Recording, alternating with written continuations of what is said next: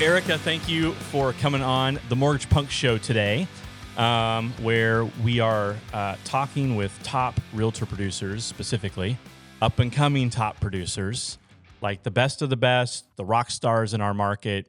And so you're one of those, and I'm glad you're here today. So thanks for coming on. Thanks for having me. I'm excited to be here. What is one thing that you did this week so far that's crazy?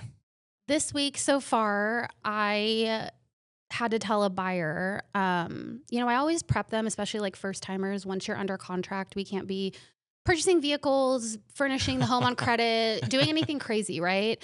And so we talk about Was that ever a register? Well, most times, yes. So we talked about it at our initial consultation, and then we talked about it again once our offer was accepted.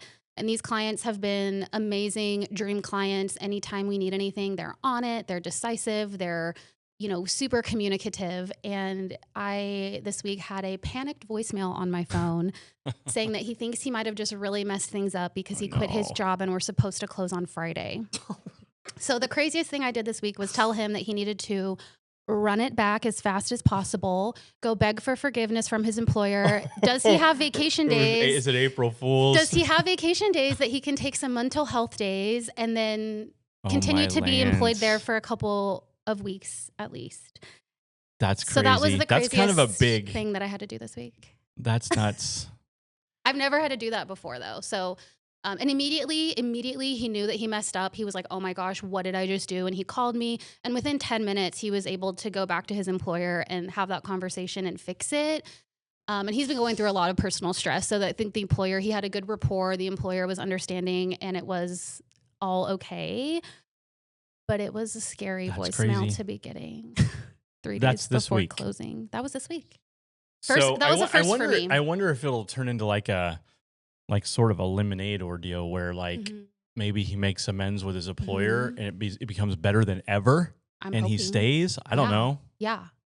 Wouldn't that be crazy? Yeah. I know I've done like something dumb and impulsive. Or just like off the cuff maybe when you're going through a lot of stress. And I know they've been going through it in more ways than one. And so, I just was glad that his employer was able to like be a human being and understand. And I think too, it just goes to speak for when you do a good job and you treat people right and you have that history and that rapport, they're more willing to forgive you because you've already made that trust, and we're all human, right? Yeah.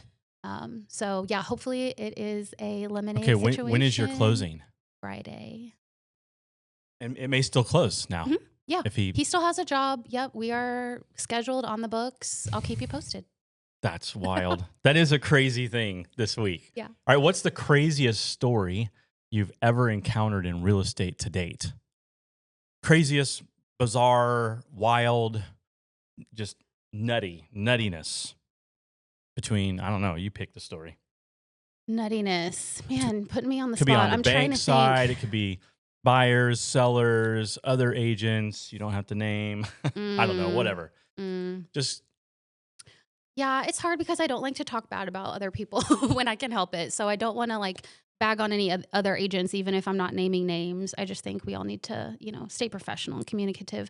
But the craziest thing, this didn't happen to me, but I've heard of it happening, and maybe you can speak to this on the lending side. Okay. But I've heard of issues between like husband and wife not knowing the full financial picture of like the lender saying like, here are your numbers, or this is what you're going to need to bring to closing, or like what's going on in this account. And the husband's like, well, my wife doesn't know that I have this credit card. My wife doesn't know that I have this other property. My wife doesn't know, and trying to like hide from their spouse what's going on with the financials. That to me is pretty crazy.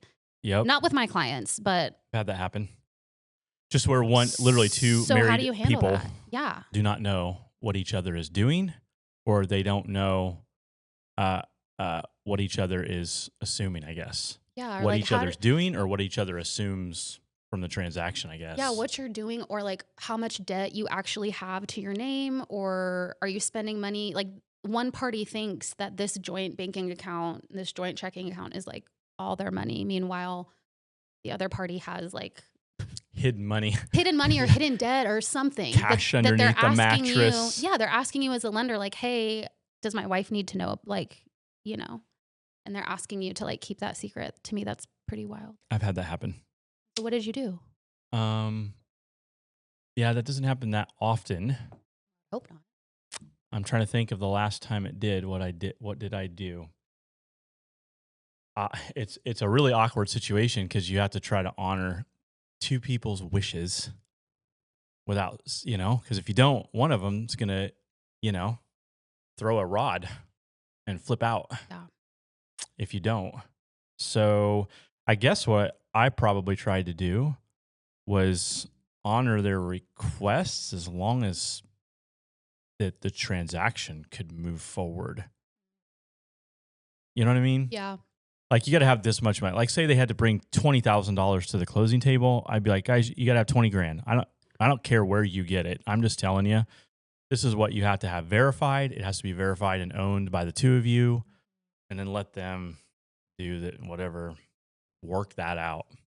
This is just what you have to close the deal. I don't care, who's doing what. Got to do it like right? We can't be out here committing mortgage fraud, but No. we got to do it by the book. But like you said, you give it back to them and then they do with that what they will. Yeah. I did think of one crazy story from when I first started. I had a showing scheduled, and luckily I had the wherewithal to book the showing a little bit early before my clients got there, just like to open the door, turn the lights on, make sure there's nothing weird going on. And so I, had the scheduled time. I show up at the house, like there's no cars in the driveway, no major signs that anything would be awry. And I just get the key and just open the door, walk on in at my confirmed time. Yep. I learned that day that maybe I should knock first, even if you think the home is vacant, even if you have a scheduled time. I walked into, I didn't know it at the time, but it was a college professor of mine's home. And I didn't know that. And I walked into her husband. He was facing away, like in the entryway. He was turned around. You know where this is going. He was turned around, not facing me, but he wasn't clothed. Like, no, nothing. Bare bum, was out. Older man. And so I just. Was he by himself? Yeah. Okay, there was no one else in the house. No one else in the house. No. Because that would really make the story. Yeah.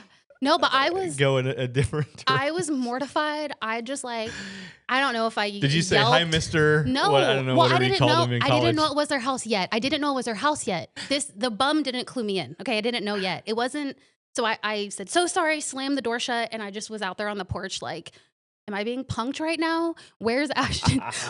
Where's Ashton Kutcher? Where's Ashton Kutcher? What's going on? He disappeared and the mortgage punk came alive. That's what happened. So I give it a few minutes and he's like, sorry, I'm leaving, So then he gets in his car and drives away through the garage, and I'm like, okay, we'll walk back in there, hoping this time the house is empty. And it's as I'm previewing the home, turning on lights before my clients get there and looking at all the family portraits on the wall, that I see who this man's wife is. And she's one of my classes.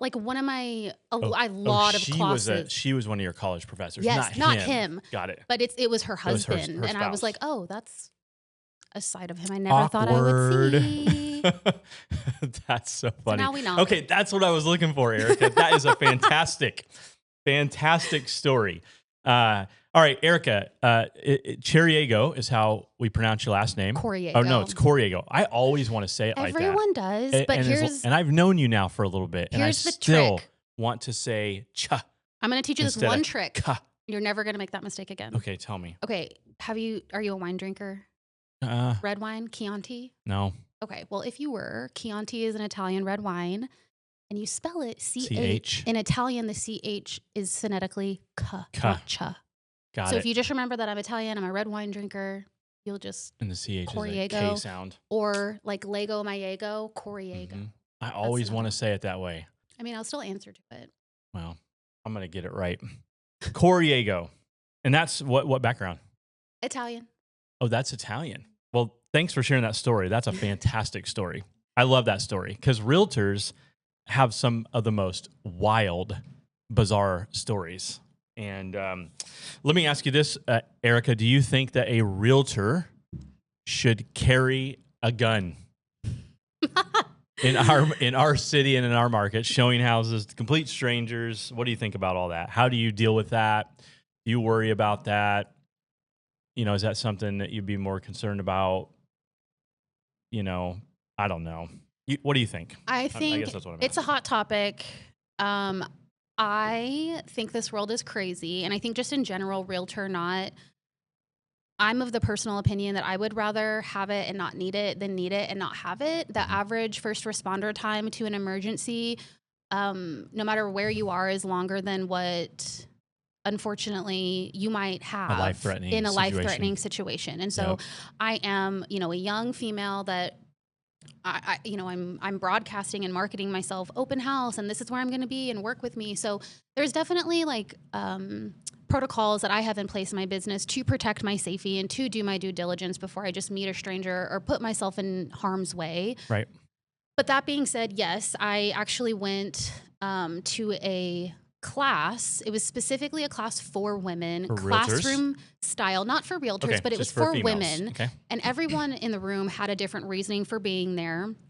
But it was just to get you acclimated to a lot of different handguns. So they let you pick them up and try them and aim them and shoot them so that you can kind of get an idea for what you would be most comfortable with and get some education on gun safety. Because there's definitely the fear of accidents happen. You hear about things happening, but I am working on identifying and selecting which handgun I want to purchase and train with and carry. This is something you're working on now. Yeah, you're in the this is a process goal of this. mine now. So I'm asking you a very timely question I didn't even know about, right? Yeah. I didn't even know you were doing this. I thought you were going to say because you were doing it too, but no, because I'm just just where literally I'm at. Throwing the question out random. Yeah, I mean, it's definitely, I want to be able to protect myself if I absolutely had to. And that being said, there's, like I said, other things before that. That's worst case scenario. But yes, I got to protect myself. So you're going to be packing. Yeah. Erika's packing. Yeah. I love it. Don't surprise me. No, I'm just kidding. That's great. Well, I think that's cool that they have a class. Mm-hmm. Yeah. For I'm sure there's multiple reasons, protection, against domestic abuse. Yes, we had people sharing stuff like that. We had people like myself who, in their line of work, or just they live out in the country, and sometimes their husband travels and they're home alone with the kids, and they want to, have something if they needed it. So. Right. I love that. I love that. Okay, so why don't you? I'd like to ask you a few questions just about. Let's jump out of real estate for just a minute and get to just the heart of Erika. Okay. So why don't you tell me a little bit about just who you are? Who's Erika? What's your background? Where are you from? What things do you love? What things do you hate? I don't know. Yeah, I'm from Wichita originally, born and raised. So I did move away to Colorado for a stint after college, and then came back. But growing up, athlete, super nerdy, very high achiever. And super nerdy academically? So I was... Or socially? Academically. No. Or both? Academically. I was super smart, teacher's pet, straight A's. I've always been an achiever, but I was never classified as a nerd because I was an athlete. Okay. So I was soccer, basketball. So... Yeah. I wasn't bullied or teased because I was a nerd, but I was, That's great. Played soccer in college, moved to Colorado, kind of lost myself really after college. Just. Where'd you go to college? Friends. Okay, you went to Friends. Yeah. You played soccer at Friends? Yeah. All 4 years. Don't ask me how long ago. It wasn't recent. How long ago? I graduated in 2012. 2012 and then went to Friends? No, I graduated from college, from Friends in 2012. So 2008. Was your coach Nathan? No, he was from the boys. Ah. I played for Coach Shepard and then Victor Garcia Bebek. So, but Wilkie, he's the boy. Yeah, he was the boys coach at the time. So, but yeah, then I was kind of found myself in a place in my life after college where I just wasn't happy. I kind of wasn't paying attention. And then all of a sudden, 2 years later, I looked in the mirror and I didn't recognize myself. I didn't recognize what my life had become. And I kind of had to go on this, definitely had to go on this self-development journey, really turning my life around, ended up moving back to Kansas, getting into real estate. But outside of that, I'm married to my husband of 3 years. We have 2 big dogs. We love to travel. We are big into the national park scene. So we'll fly to a big city and then be get me out of here as soon as possible. We'll drive into the mountains, drive to the national park, hike around. That's our happy place. You go to Rocky Mountain National Park? Oh, yeah. Isn't that a great place to Yeah, go? absolutely. I love it. What did you get your degree in at Friends? International business and Spanish. International business and Spanish. And what did you think, like, at that time that you were going to do with that? When I went into college, I thought I was going to be an orthopedic surgeon. So I did an internship at Orthopedic Research Center playing with cadaver parts. Okay. And then I discovered partying. Sorry, Dad. But my 8 a.m. cellular and molecular biology class, it was 5 days a week. And I was like, this isn't conducive to like a social life in college. So then I was like, maybe medical school isn't for me. So the party scene literally altered your course. Yeah. Solely over the hours. Well, and yeah. It would have been really hard to put in party hours at night. Yeah. And knock those classes out. Because I was also playing soccer and working. Right. And so like it's a lot. Business classes were still, I still needed to apply myself. I still had an academic scholarship to maintain, but it wasn't cellular and molecular biology. Okay. It was a little different pace. Right. And so when I pursued those two things, I didn't know what I wanted to do, but my dad was a serial entrepreneur, amazing networker. He's bilingual. And so he said, you know what, Erika, there's a couple things in life that no matter what you do, these two skill sets will help you. One is being bilingual. And the second is everything in this life is a business. No matter what you're doing, you're presenting yourself, you're presenting your value, people are perceiving you in some way. And so even if you're not a business owner, that skill set, that knowledge can still be applied and make you really valuable in a lot of different spaces. So I thought, okay, yeah, sure. Did it. And then by the time I graduated, my goal was like work for a big international company, travel the world, be this big corporate baddie. Yeah. First corporate job made me realize how much I hated corporate America. So it's like a spy job, but you're just not a spy. Yeah. Right? Yeah. You're in business. I just wanted to be like cool whining and dining clients all over the world. And I don't know. I don't know what I was thinking. Well, speaking of business owners, Erika, I don't know if you know Jason Hancock. He is he's the franchise owner of Pillar to Post here in Wichita, which is it's a home inspection company. And he's kind of a solopreneur. He's got, I think, another 1 or 2 people, I believe, on his team. You said that you don't know him at all, just in the market, do you? Yeah, I've heard of him, but I haven't worked with him yet. Well, he's super cool. He's a great home inspector. So obviously buying a home is super exciting, but you got to know what's under the hood, right, Erika? So Jason Hancock with Pillar to Post is one of our Mortgage Punk Show sponsors. So I just try to blow him up everywhere. He's a home inspector that catches what others miss. He's super good at what he does. That's why we've got him as a sponsor on the show. I try to pick rock star sponsors here, Erika. So from top to bottom, inside and out, he'll give you a full, clear picture of your property so you can buy with confidence. No surprises, no hidden issues, just straight talk, no BS, solid insight, so you can make your move with peace of mind. So if you need a home inspection, please reach out to Jason Hancock with Pillar to Post, your home inspection pros. Cool. And Pillar to Post. Pillar to Post. Thanks, Jason, for sponsoring the podcast. So, okay. So your dad gives you the you have a little bit of an entrepreneur spirit in your family. You're going down that road. You get into the party scene. You go down a different road you didn't think, and then you wake up one morning, look in the mirror, and wonder who the heck you are. Yeah. And what did you think? Like when you looked in the mirror, like what was the first thoughts that came to your mind? Feelings? What feeling? Yeah, it was, I'm not going to lie. It was a scale moment. The girls, if you've ever gained weight, you know what I'm talking about. You get on the scale and there's a number and it's just a number that you never thought you'd see. And it's kind of like, you've been gaining weight, but that number just really slaps you in the face. And I had that moment. And as a former athlete, a college athlete, a paid athlete, to see myself, what felt like had fallen so far, and to have always have been such a high achiever in my life, to be in a position where the guy I was dating was not really going anywhere. My friends weren't really going anywhere. I was like working in a restaurant, waiting tables. I was 100 pounds overweight. I was drinking and eating whatever I wanted, wasn't moving my body. I mean, I was just like this completely different person. And it really was just a slap in the face. Wow. But I think it got so bad, like that number, for whatever reason, that day was like, okay. I don't know if you've read anything by Mel Robbins or heard any of her work, but author, podcaster in the self-development space. And she has kind of like a famous line that, looking back, was exactly what I felt in that moment. And she says that no one is coming to save you.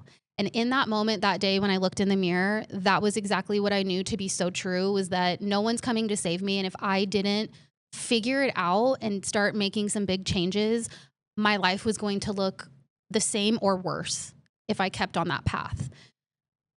Did you think that, was your first, I guess, feeling like a feeling of like super duper disappointment, like beat yourself up, or was it like that? Was it like a feeling of like, nope, stop, reverse, we're done? And no, it was massive disappointment. Like, I'm moving. Massive shame, massive, like, I felt like I was at the bottom of Mount Everest and I didn't even know how to take that first step up the mountain. And I had so far to go, so many things to change, so much to fix, so much to figure out. And I was overwhelmed. But at the same time, like I said, I knew no one else was going to come to my rescue. No one else was going to fix this for me. So it was both, but the more overwhelming was like overwhelm. But I knew I had to at least take the first step. I had to try. I had to. So you hit rock bottom. Yeah. And were you married at this time? No. So single. Yeah. Out of college or still out of in? college. I was living in Colorado at the time. Okay. So when I moved out there, the guy I was seeing was the only person I knew out there. And I had made friends and jobs and, but my main support system was all here. What was that the reason you moved to Colorado? Mm-hmm. Was a guy? Well, growing up, I hate to say this because now I'm so in love with where I live and helping other people fall in love with Wichita. I really believe it's like what you make it. Mm-hmm. But growing up, man, I thought it was so lame and I hated it and I could not wait to get out of here. Yeah. And I thought I was going to go away for college. But then between scholarships, it was like, well, graduating with no debt is kind of a smart move. So when I was dating a guy that was out of state, when I graduated, I was like, man, if I don't leave now, I may never leave Wichita, and like long distance relationships aren't real. Like, so I had to at least be in the same zip code to see. Yeah.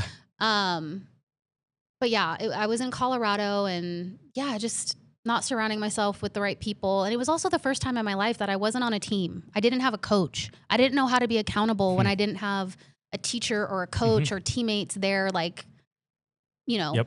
Do you think that the Colorado trip or venture drag you further down this mountain? Yeah, in the beginning, yeah. But it was also necessary, I think, for me to learn some hard lessons and just go on that journey. I mean, it's a part of my story that, looking back, like, I don't regret it. It's made me who I am. It's made me very resilient. It's developed so many skill sets in me that I now use all the time in my life, that at that time, it was really hard to change my mindset, to believe in myself, to do the actions every day, to stay disciplined, change careers, to ditch the loser boyfriend. Like, all these things were really hard, but they made me who I am. So hey, Erika, you have recently been introduced to Michael Gaum. He is the franchise owner of Glass Guru of Wichita. And you told me he's about to come speak, I think, at a vendor event of some sorts. Yeah, we have monthly vendor visits at my brokerage. And I saw his name on the list. So he's going to come chat to the agents at Berkshire Hathaway about his glass business. I can't wait to attend the event and get to know him a little bit better. I have done several mortgages for him, for his family members. One thing I know about their business, the Glass Gurus of Wichita, they're very fast. So they work with a lot of realtors who need that that high level of service, quick turnaround. So I'm going to give a little commercial here, and just want to thank you, Michael, and your crew for sponsoring the Mortgage Punk Show. But listen, if you got foggy windows or broken glass, or maybe you just want to let more light in your house, that's where Michael Gaum and Glass Guru come in. They're the local experts in glass repair, replacement, and restoration. And I know they do dog doors because they did my personal dog door. Whether it's your home, office, or storefront, They make sure your view is clear, your space is bright, and your windows are working the way they should. If it's glass, they've got it handled. So if you need any repairs, if you need replacement windows, if you just need a little tiny crack filled in and fixed and save yourself the expense of a brand new window, call Glass Gurus, ask for Michael Gom, tell him Mortgage Punk sent you. And thanks again, Michael. Appreciate you very much. And I hope you have a great further introduction, I guess, into his business when he comes to speak. So, all right, so let's talk about this. You have this big sort of climb, scale the mountain, and then fall all the way down to the bottom story. That sounds to me like it was the turning point of just your whole career, who you are today, right? Where you are. Isn't that weird that like oftentimes in life, what gets us to the best place comes from the worst place? Yes. That sucks. Yes. I hate that that's really the way it is. It's really hard, especially when you're raising kids, right? Like I don't want my kids to go through anything hard. But then I think, well, everything I've gone through that's hard has literally catapulted me to where I'm at. Mm-hmm. It's weird. And that's what your story sounds like. Yeah. Right? So you're at the bottom of this mountain. You look in the mirror. You're very ashamed, very disappointed, super, I don't know, you're probably depressed, I'm sure. Right? Yeah. And what happened next? What got you from there at rock bottom to becoming a successful up-and-coming real estate agent in the Wichita market? A rising star, weren't you a rising star in Real Producers? And I know you're building a fantastic business because I've been getting to know you, and I love who you are and your qualities, your character, your professionalism is all, on the same page of where we come from and where I come from. So I know you're going places, but how did you get there? So give us the quick. Yeah. Well, thanks, Chris. It really just came down to like taking accountability, massive action. It wasn't like, it didn't take a, brain surgeon to figure out that I wasn't happy with my physical state. So I needed to change how I was eating and get in the gym and be consistent over and you time. knew how to do that. I knew that the person that I was dating wasn't the type of partner that I was going to see myself with long-term. So I knew I needed to end that. Okay. I knew that where I was working wasn't the career path that I wanted to be on. So like none of my problems had solutions that I didn't know the answer to. It just was a matter of taking the action that needed to be taken and making those changes. And so, during the course of the next few years, I made those changes. I started getting back in the gym, went back to church, ditched the loser boyfriend, changed my job. I thought I wanted to go into fitness. So I got certified as a personal trainer because I was going through all of that myself and had an athletic background. And so then during that time, I moved back to Wichita because the housing market here, that's what got me to move back. I wasn't in real estate. But my dad told me his mortgage payment on his house compared to my half of the rent with Colorado? A roommate in an apartment. And I was like... Where were you living, by the way? Where in Colorado? In Denver. What part? I was in North Glen. So if you take I-25 north from downtown Denver to 120th. Yep. So Thornton area and Westminster. Yep. So my wife and I moved there and lived there for, I think, 7 years. Oh, wow. Did I know that? I don't know if you did or not. I don't know if we knew that. I worked for Lennar Homes, which is a big national home builder, and that's where I got all my experience in new construction and development. And we loved Colorado. I had a 5 mountain pass. I had snowboard gear, and I worked. That was my corporate job. Was Vail Resorts corporate office in Broomfield? Yes. Oh, in Broomfield, no joke. So we lived up in Thornton when we very first moved there to get acclimated to the area. So we would hang out at the Flatirons Mall and at the Promenade, and we would go to the Rocky Mountain National Park, all the time. Yeah. We didn't have kids yet. And you know what's wild, Erika? We moved back to Wichita because the housing market crashed in 2008. And my brother told me what was going on in the Wichita market. And he was like, Chris, it's like what you're telling me, home prices going $150,000 upside down overnight. Like that's not happening around here. Maybe a tiny, tiny bit the prices are dropping. But we have something in common now we didn't know we had in common. Housing moved us both from Colorado back to Wichita. Yeah.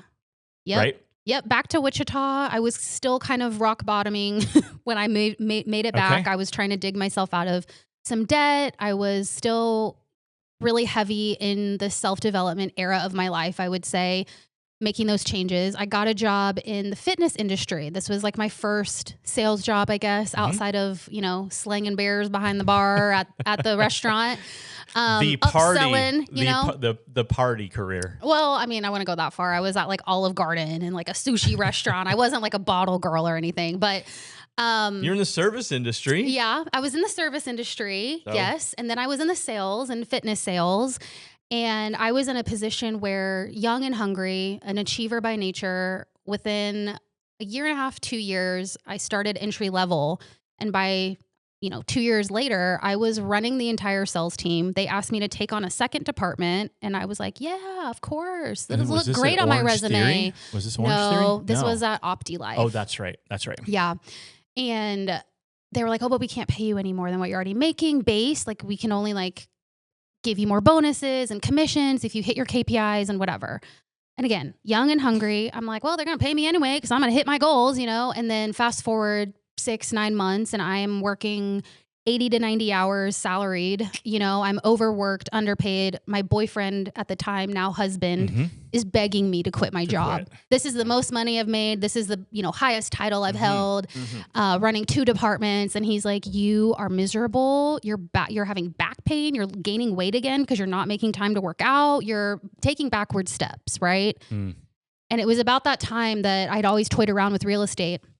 And I started asking people, like, what do you think about this? Do you think I could do it? Taking agents who had been in the game for a while and were successful, taking them to coffee and trying to understand. Were those your clients at the gym? Or some of of these them, real estate professionals? Some of them, some connections that people knew that I said, hey, do you know anybody in this industry that's, my dad knew several that he connected me with. And I kind of picked their brain. Give me the good, the bad, and the ugly. What does it take to be successful? What are you seeing in the agents that are making it past that infamous 2-year mark? Because a lot of agents get out of the business within the first 2 years. It's like starting a business. Yeah. Right? So real estate is starting what a does business. it take? Like before I go through all this hassle of studying for this test and paying my dues and where am I going to hang my license? Like, let's make sure that I even A, want to do this and B, think I'm cut out for it. And so based on those conversations and based on how miserable I was, I decided that yeah, if I'm going to work this hard for someone else, there's no way in hell I'm not going to do this for myself. And so we did. So is there one agent we can give credit to that you are comfortable? You don't have to name them if you don't want, but is there one agent in particular that was really spoke into your life when you were interviewing these different agents trying to get a read on this career? Not in the interview stage necessarily, but once I did get my license, there's definitely people that, I was seeking mentorship from, advice, they were kind of helping me. Yeah. Tiffany McCowie is the assisting managing broker at Berkshire Hathaway. And Sherry Jones was my new agent coach when I was fresh out of the game. So they were on my speed dial. They were probably so sick of me. I tried to give them really good Christmas presents, especially that first year, because they helped me so much. Yep. But yeah. So all right. So you go and you interview some agents because and it's very interesting how you're on another downward, right? Or according to your now husband, on a downward descent. I read again. this book. A friend of mine gave me this book with a warning. She said, just so you know, myself and a couple of my friends that have read this, they then make some pretty drastic life changes because it kind of holds the mirror up. Okay. What book? The Motivation Manifesto by Brendon Burchard. Oh, sure. Yeah. So I remember reading that first page or first paragraph and I shut the book and I was like, whoa. High accountability. Whoa. My wife has the Brendon Burchard app. He has an app? Growth Why do Day. I not know about this? Growth Day. Okay. You need to check it out. Downloading now. If any of you watching this interview want personal growth and development, that's a great place to start. I'm going to check it out. Brendon Burchard's Growth Day app. And it's accountability, it's tackle, win, dominate in every area of your life, from health to business, whatever. Yep. That's interesting that's the book. So that's the book I read and the rest is history. Made the big change. So let's talk about real estate now. So you are in real estate. You married now? Yep. Okay, you're married, you're in real estate. How many years out are you from the Colorado? Colorado, I moved back in 2016. Okay. So a few years out from that, almost 10. Oh my gosh.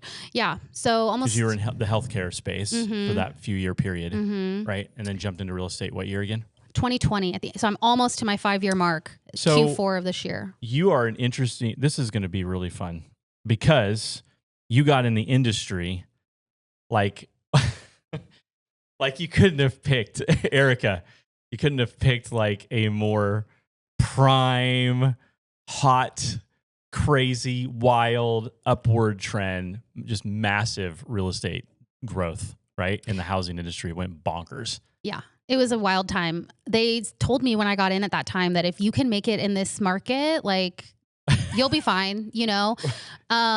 But it was interesting because at the end of 2020, I felt like that summer, everyone I knew already bought and sold. Like they made their moves early, like during that time. Both my parents, I had so many family members and friends. Yes, but of the momentum, you know, but that first year for me was a grind. I wasn't as busy as you would think given the market, but I also took a non-traditional approach maybe. Some people will say, you know, if you want to be successful, you have to dive all the way in, no plan B. I was coming out of a really hard sales job and I was burned out and I didn't want to be some, you know, like cattle farmer, just like running people through the system to get to the closing people. I really wanted a relationship-based business. I wanted to work with clients that I knew were a good fit, that, you know, and take my time and do. Where'd you get that from? Like who I just put that in you, or where did that mindset come from? Very early on. Well, a couple things, you know, I think as a Christian, like your faith dictates that you operate and do business maybe a little bit differently than the world would. Yeah. You just have integrity and you have character and you take good care of people. And coming from the service industry, and I think like liking the nicer and finer things in life, I really care to elevate my customers' experience and give them your term that I've now adopted, the white glove service. The white glove service. I love that term. Yeah. And I want people to feel educated and empowered and taken care of and not like rush through the process to get to the closing table. So I actually had a part-time job for the first several years of being licensed in real estate because I wanted to be plugged into a network where I could build that rapport and have those relationships and let the business come to me when people were ready versus like, you know, door knocking and calling for all this business with these random people. I'd rather them know me and trust me and like me and want to do business with me. So that was my approach. So you were like quality over quantity, and if you have to go slower into the industry, then so be it. So one person that I want to talk to you about for just a minute, in terms of a turnaround, because that's your story is really a turnaround story, a big turnaround, a big rock bottom, turn things around and relaunch. And I'm not sure if you know Joe Warren, but he's a sponsor of our podcast. So I got to give a shout out to Joe right now. He heads up Quality Granite on the west side of Wichita. And Joe's kind of the new sheriff in town. He's the new guy running the show. He took the business over, bought it from the previous ownership, and he's in the middle of a real big turnaround within the company. So if your kitchen countertops obviously aren't just a surface, they're the centerpiece. Would you say that's true? Kitchen countertop, centerpiece of the house. Joe Warren at Quality Granite knows how to make them unforgettable. With a huge selection of granite, quartz, and stone options, they'll help you pick the perfect style and install it with precision. It's all about durability, beauty, and making your home stand out. So if you want countertops to rock, or you want countertops that rock, that's right up my alley, call Joe Warren, Quality Granite, solid style, set in stone. Tell him Mortgage Punk sent you his way, and he will help you out and do possibly a remodel or in building a new home. He can serve you in both ways. So anyhow, and if you don't know Joe, you should get to know Joe or meet him. He'd be someone good to know in the industry. So, so you are taking your time, quality over, which I love. And the people we met with last weekend that you introduced me to, that was perfect. Yeah. That's, in my opinion, I shouldn't say my opinion, based on hard data and numbers. Relationships in our business are the most profitable way to build a real estate business or be in real estate. It's not an opinion. You can look at the data. I was just talking with a group of realtors this week, and we talked about how online a lot of realtors get leads online from Zillow, from Realtor.com, you name it. So far, unless someone can correct me, but I don't think you can. So far, from what I understand, the industry averages of conversion with online leads are about 3 to 5%, meaning that you have to burn through 100 leads online to get and close 3 to 5 transactions. Whereas if you are working your business based on relationships that you're developing, networking that you're doing, because networking leads to new relationships, right? That is a 50% or higher conversion rate, meaning to get the same 3 sales or 5 transactions, you only need 10 really good relationship-based leads instead of 100. Which one do you want, Erika? What do you like better? It's about working smarter, not harder, but it's also, for me, I didn't get into this business to hate my life. I'm not trying to build a business that isn't fun, that isn't aligned, that doesn't feel good to me. Cold calling or trying to convert these randoms on Zillow, that doesn't feel good to me. That's not fun to me. But what is fun and what does feel good to me is pouring in to those relationships in my life and adding value to those people and taking care of those people. It's so much more fun. Like, not only is it more efficient, puts more dollars in our pocket, but it's also, it feels better as a business owner. Yeah, because you're not chasing people who could give 2 rips about you. They don't even know you. Yeah. They just click on something. Exactly. Right? Versus like the couple that you introduced me to over the weekend, they already like you. Like, they like you. They love you. I can tell that. They're listening to you. They're not calling 5 other realtors. Right. You know, letting you know, hey, Erika, we might use you. We're talking to so. They're not doing that. None of that. So I think you are building your business not only the right way, but in the best way possible. I wish that was taken to heart more. Yeah. than it does or than it is. But you're right. It's, instead of a chase, it's more of a relationship that you're cultivating. And you're going to get referrals from it because you're going to take super good care of them. Yep. And they love you. Yep. Right. Yep. So what are some things that you could talk about here with the time we have left that maybe other realtors watching this podcast to hear your story and about your successes? What are some things that maybe you could share with them about building the best real estate business possible? Like, and then what are your goals? Like, do you want to be the top agent in Wichita in terms of production numbers, or you just want to be a really good top agent? You know, I don't know. What does that look like for you? Yeah.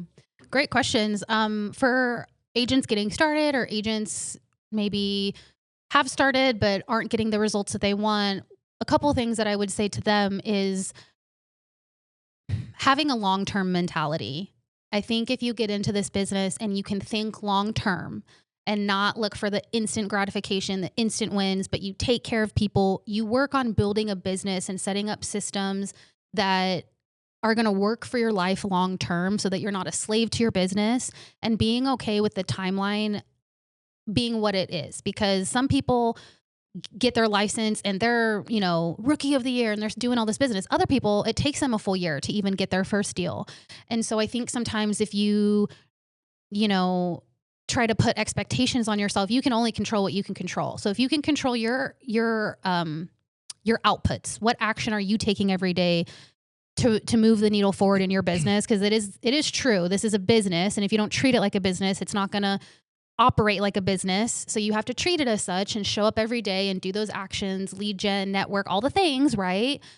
But if you're controlling the outputs, at some point it will click. You will get those deals. So I think just not coming into it with the expectation that it's easy money right away, you're going to be a millionaire. I think that's a big part of it, is these agents get in here, they come in hot. Yeah. And then of course they're leaving in 2 years because they haven't, you're just getting started. It's going to take you years to even know up from down in this industry, and there's so many parts of a transaction, so many things that can go wrong, and it's going to take time. Mm-hmm. And so I think that's a big misconception. And so if you have realistic expectations, just like anything in life, if you have realistic expectations from the beginning and what it's going to take to be successful, that's going to help set you up for success. That's now, really good. in terms of actionable things, this is what I'm a coach for new agents at Berkshire Hathaway. And this is something that I always try and tell them and have them implement, is actually sitting down and writing a business plan. It's great to say like, oh, I want to do this and I want to do that, but measure your goals, track your progress, like actually work the plan, because then you can't come back and be like, well, I don't know what happened. Well, are you doing the plan or not? Right. Second thing is show up on social media. It's Mm-hmm. 2025. The younger generation, they're Googling, the new Google is TikToking and Instagramming, and they're making business decisions on social platforms. So if you're not on social media, if you're not implementing AI in your business, I would say you need to get on that, because if not, you might be left behind in a few years. Have you heard the term commission breath?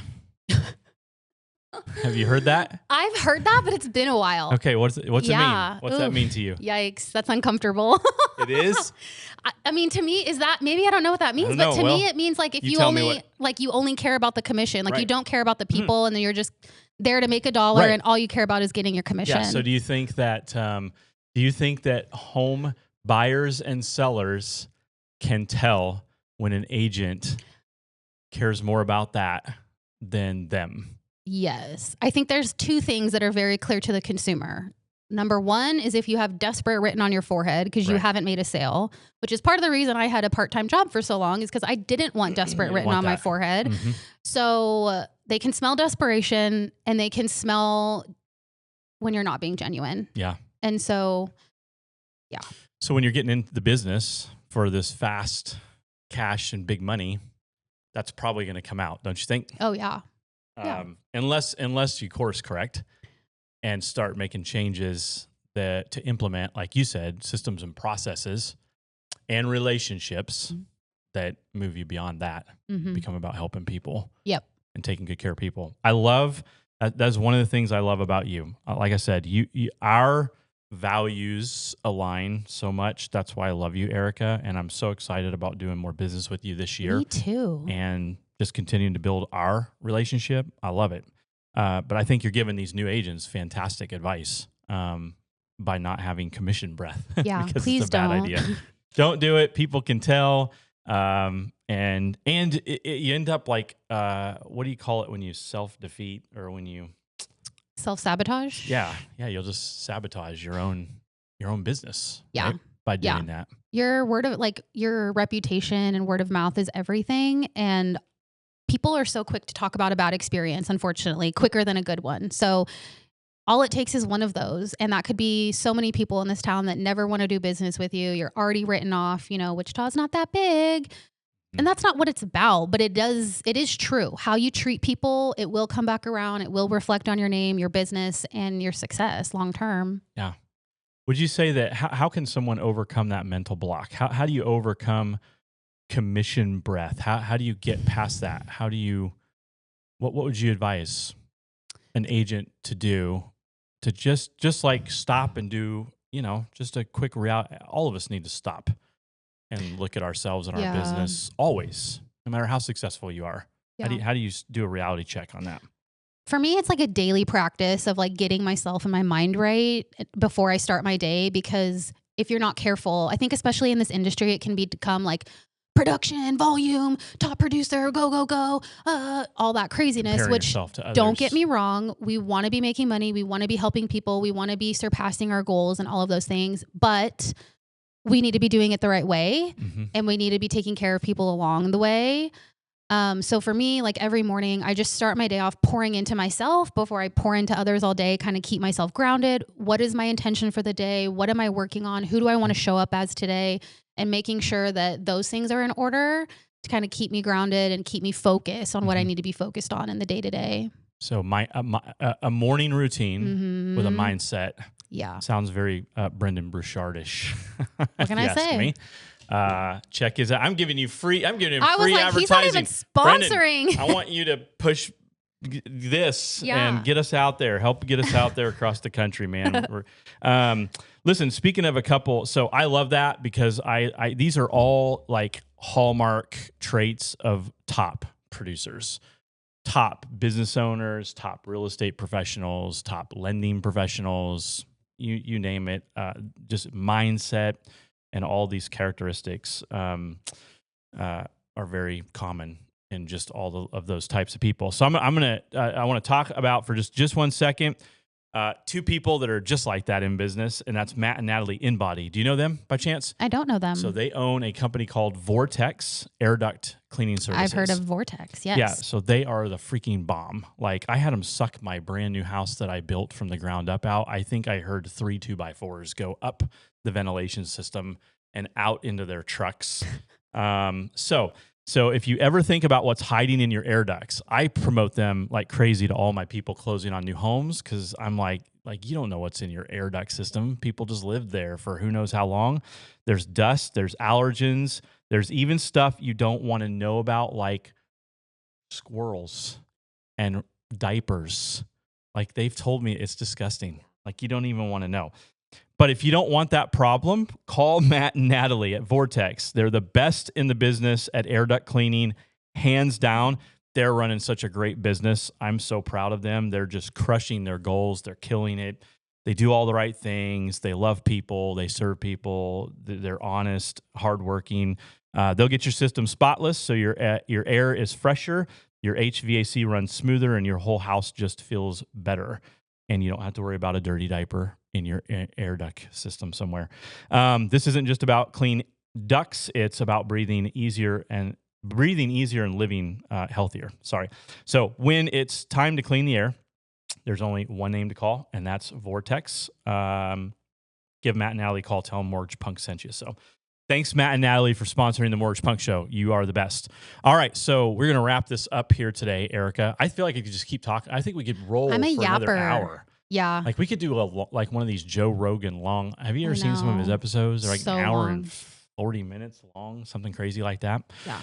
Okay, so but I love your story. It's like hit the bottom, hit ground zero, get a reality check, climb clear out of it, start becoming successful, start doing the things you know you need to do. Is it easy to get up, have a morning routine? Is it easy to show up at your office, show up on the phone, show up and do the things you got to do every day?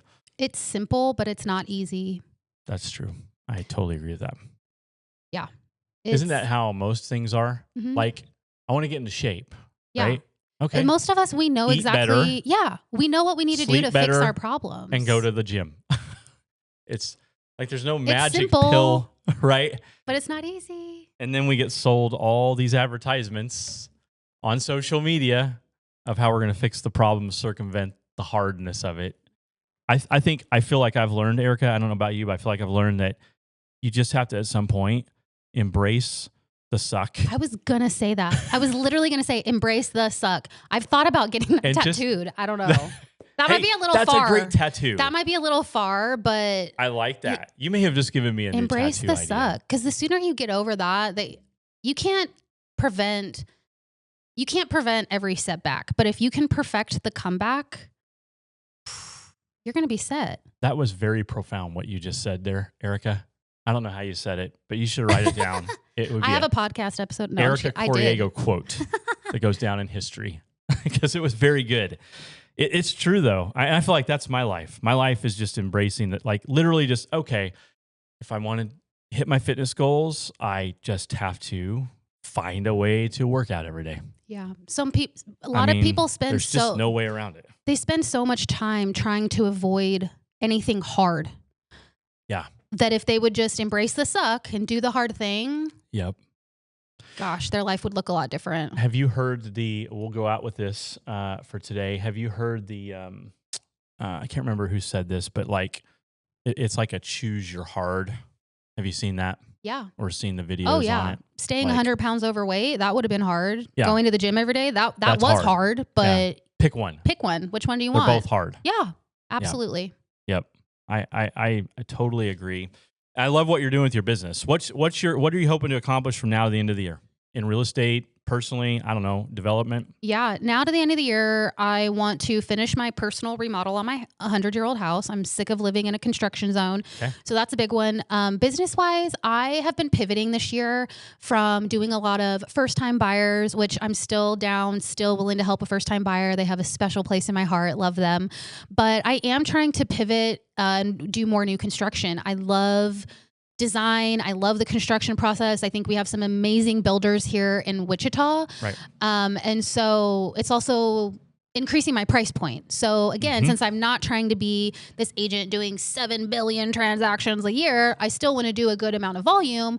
But if I can close at a higher price point, Right. it's going to automatically double your business numbers. Exactly. So some move up buyers. Some you need move some up move up buyers. buyers, and you need to meet some builders maybe. Yeah. So that's what I'm focusing on from now to the end of the year. Personal stuff, business stuff, just, and still maintaining the white glove service. I am doing a lot of fun stuff on the back end of my business to elevate my customer experience, which I'm really excited about because I love to spoil my people. I love to make them feel just like the whole process is so fun, which I know, Yes. and you love too. Yeah. So just elevating my business on the back end, doing more new construction, improving my price point, and finishing these home remodel projects. Awesome. I love it. So from your life and your story, we get like hit the rock bottom, go all the way up, embrace the suck, right? Follow systems and processes, right? To win. And what else? What were the other biggest takeaways? I feel like there's one more. The comeback is greater than the setback. If you let it, if you make it that way. Comeback is greater than the setback. But don't you need the setback to come back? Because there is no comeback without a setback. Yeah. Right?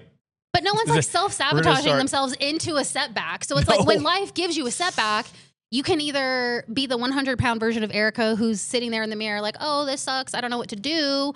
Or you can, I think what I learned from that journey is put the tools in your toolbox so that when life gives you a setback, you know how you're going to bounce back. You have that comeback playbook. You know you got to be moving your body. You got to be doing the self-talk in the mornings. You got to be whatever those things are that put you in the right headspace and can get you to show up every day with the action. Like that's where we need to be focusing on, not avoiding the hardship. The hardship's going to happen no matter who you are, what you do, how much money you make. Life is going to be hard, but what do you do next? You embrace the suck. You embrace the and maybe suck. get a tattoo of it. Maybe. All right. Erika, you are amazing. Love you. Hope that everyone watching this sees that you are a quality real estate professional. Thank you. And if you're a home buyer watching this and you're looking for a great realtor, well, you've heard Erika's story and it's quality stuff. Thanks, That's who you Chris. want to work with. So thank you. This is so fun. Yep, Thanks for having me. appreciate you being on the show. Let's go help that couple Yes. buy another house. Yeah, we have our homework Together. So, all right, cool. All right. Thank you. Peace out. See you, everyone. Thanks for watching. Bye.